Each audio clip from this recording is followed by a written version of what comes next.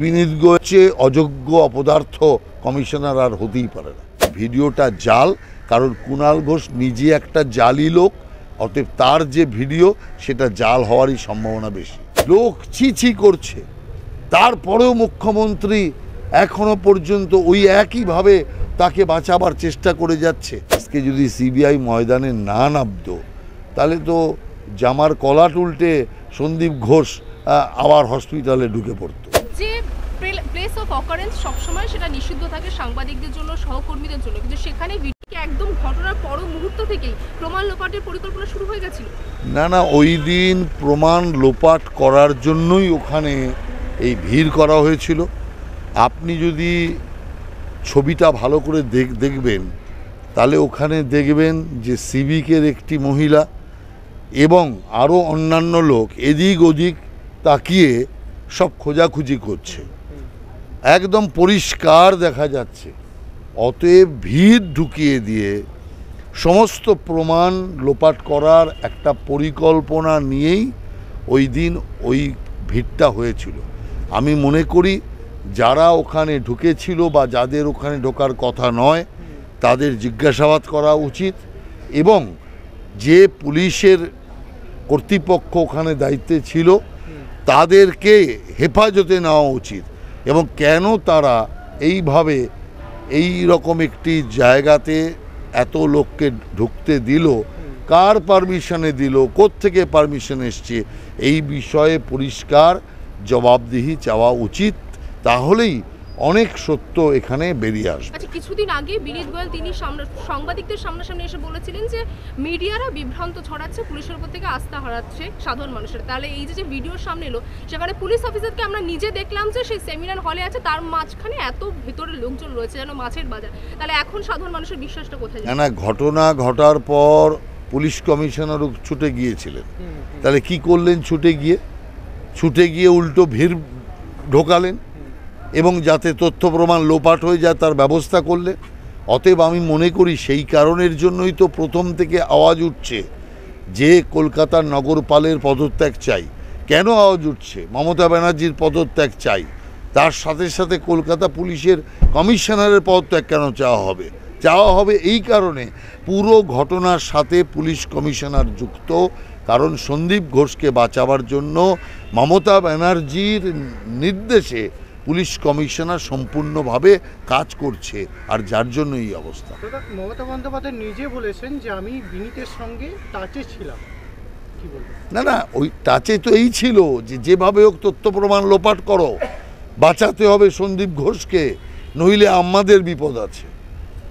ব্যাপারটা তো এখানে যে সন্দীপ ঘোষ না বাঁচলে মমতা ব্যানার্জির মুশকিল বাড়বে। তার কারণ এমন কোনো ঘটনা আছে, নইলে একটা হাসপাতালের সুপারকে একজন মুখ্যমন্ত্রী এইভাবে প্রোটেকশন দিতে নেমে পড়ে, সারা লোক ছি করছে, তারপরেও মুখ্যমন্ত্রী এখনো পর্যন্ত ওই একইভাবে তাকে বাঁচাবার চেষ্টা করে যাচ্ছে। সামান্য কাণ্ডজ্ঞান নেই মুখ্যমন্ত্রীর, সব জ্ঞান আছে। তার কারণ সন্দীপ ঘোষ মুখ খুললে, সন্দীপ ঘোষ বেকায়দায় পড়লে, মুখ্যমন্ত্রী সমর্থন না করলে মুখ্যমন্ত্রী রাস্তায় বসে পড়বে। সেই কারণে যেভাবে রাজীব কুমারকে বাঁচাবার জন্য মুখ্যমন্ত্রী মরিয়া ছিল, আজকে সন্দীপ ঘোষকে বাঁচানোর জন্য মুখ্যমন্ত্রী মরিয়া। এটা কি শুধুই আপনার একটা রেপ বা মার্ডার বলবেন, না এর পিছনে অন্য কোনো ঘটনাও আছে? না, এ তো দুর্নীতি থেকে হয়েছে। আমি প্রথম দিনই বলেছি, লালসা চরিতার্থ করতে যদি এই ঘটনা ঘটতো তাহলে তার মোটিভই অন্যরকম হতো। পরিষ্কারভাবে এই ঘটনা শিক্ষা দিতে এবং আগামী দিন যারা ওদের বিরোধিতা করতে চাইবে তাদের কি হাল হবে সেটা দেখানোর জন্যই এই জাতীয় নৃশংসতা, বর্বরতা হয়েছে। এবং ওরা জানে কে কি করবে। আমাদের সরকার, আমাদের মুখ্যমন্ত্রী, আমাদের কমিশনার, আমাদের হাসপাতাল, আমাদের, অতএব কে কি করবে এরকম একটা ডোন্ট কেয়ার মনোভাব ছিল। কিন্তু বুঝতে পারেনি যে এত তাড়াতাড়ি কলকাতা হাইকোর্ট অ্যাকশন নেবে, সিবিআইকে ময়দানে নামিয়ে দেবে।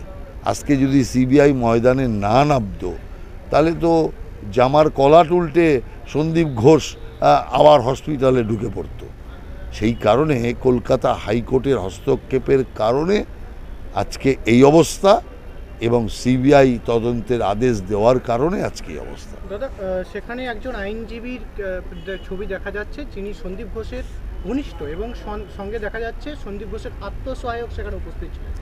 না, ব্যাপারটা তো সেইখানে সন্দীপ ঘোষের নির্দেশে তারই লোকজনেরা এই ঘটনাস্থলে গিয়ে সমস্ত প্রমাণ এবং তথ্য লোপাট করার কাজ করেছে, যেটার জন্য আমি মনে করি ওই ঘটনার জন্য যারা গিয়েছিল তাদেরকে জিজ্ঞাসাবাদ করা, এবং যাদের ওখানে যাওয়ার কথা নয় তারা কি করে পৌঁছলো সেই বিষয়েও তাদের জিজ্ঞাসাবাদ করা, এবং যাদের দায়িত্বে এটা ছিল সেই পুলিশ কর্তৃপক্ষকে গ্রেপ্তার করা। দাদা, তাহলে কি এই ঘটনার পরিপ্রেক্ষিতে মুখ্যমন্ত্রী মমতা বন্দ্যোপাধ্যায়, স্বাস্থ্যমন্ত্রী মমতা বন্দ্যোপাধ্যায়, পুলিশ মন্ত্রী মমতা বন্দ্যোপাধ্যায় দায়ভার গ্রহণ করবে না? না, মুখ্যমন্ত্রী তো দায়ী, সকলে বলছে, আমরাও বলছি মুখ্যমন্ত্রীকে জেরা করা উচিত, কারণ এই ঘটনার সাথে মুখ্যমন্ত্রী জড়িত হয়ে গেছেন, জড়িত ছিলেন না, কিন্তু সন্দীপ ঘোষকে বাঁচাতে গিয়ে মুখ্যমন্ত্রী নিজেকে নিজে জড়িয়ে ফেলেছেন।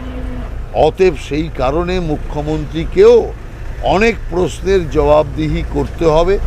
যদি উনি না করেন নিজে, আগামী দিন আমার মনে হয় তদন্ত যত এগোবে শেষ পর্যন্ত মুখ্যমন্ত্রীকেও অনেক প্রশ্নের উত্তর দিতে হবে।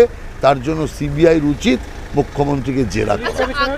আগামীকালই রয়েছে নবান্ন অভিযান, এবং সেই নবান্ন অভিযানের আগে দেখা গেল আজকে শাসক দলের তরফ থেকে একটি প্রেস কনফারেন্সের মাধ্যমে একটি ভিডিও প্রকাশ করা হয়েছে, এবং সেই ভিডিওতে দেখা যাচ্ছে চন্দ্রকোনা বিজেপি মণ্ডল সভায় বিপ্লব মাল তিনি বলছেন যে 27 তারিখে বডি পড়বে। এবং দেখুন, ওই ভিডিওর সত্যতা কতটা এ সম্পর্কে আমাদের সন্দেহ আছে। আর বিজেপি পরিষ্কারভাবে কোনো হিংসায় বিজেপি বিশ্বাস করে না।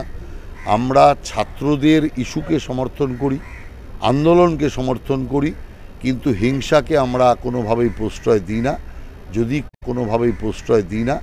যদি কোথাও কোনো কিছু হয়ে থাকে, ব্যক্তিগতভাবে কোথাও কেউ কিছু করতে পারে, কিন্তু আমার যেটা পরিষ্কার মনে হয় যে ভিডিওটা জাল, কারণ কুণাল ঘোষ নিজে একটা জালি লোক, অতএব তার যে ভিডিও সেটা জাল হওয়ারই সম্ভাবনা বেশি। কিন্তু শাসক দল থেকে বলা হচ্ছে যে এই ছাত্র আন্দোলনের নামে নিছক রাজনীতি করার চেষ্টা করছে বিজেপি। না, বিজেপি ছাত্র আন্দোলন দিয়ে রাজনীতি করতে হবে এমন দুর্দিন আসেনি। বিজেপি যা করবে বিজেপির পতাকা দিয়ে করবে। এমনি বিজেপির ভয়ে তৃণমূল কাঁপছে, তারপরে আবার মুখোশ লাগানোর দরকার পড়ে নাকি? কোনো মুখোশের আড়ালে থাকার রাজনীতি বিজেপি করে না। আপনি কি কাল থাকবেন ছাত্র না, ছাত্র আন্দোলনে ছাত্রদের আছে, তারা থাকবে। তারা আজকেই প্রেস কনফারেন্স করে প্রেস ক্লাবে আবেদন করেছে কোনো রাজনৈতিক লোক যাতে না থাকে, তার আবেদন তারা করেছে। অতএব তাদের আবেদনকে আমি তো মনে করি কারোরই উচিত না ওটাকে ছোট করা। দাদা, শেষ একটা প্রশ্ন। বিনীত গোয়েল নিজে বলেছিলেন সেখানে আমি ওই দিন ওখানে গেছিলাম, তাহলে বিনীত গোয়েল জানতেন না যে এত লোক ঢুকে যাবে? বা বিনীত সব জানে, মুখ্যমন্ত্রীও জানে, পরিকল্পিতভাবে এটা হয়েছে। সেমিনার হলে এত লোক ঢুকে গেল, আর পুলিশের অধীনে হাসপাতাল, খুন হয়ে গেছে। এই পরিস্থিতিতে যদি বিনীত গোয়েল না জানে, তাহলে ওর চেয়ে অযোগ্য অপদার্থ কমিশনার আর হতেই পারে না।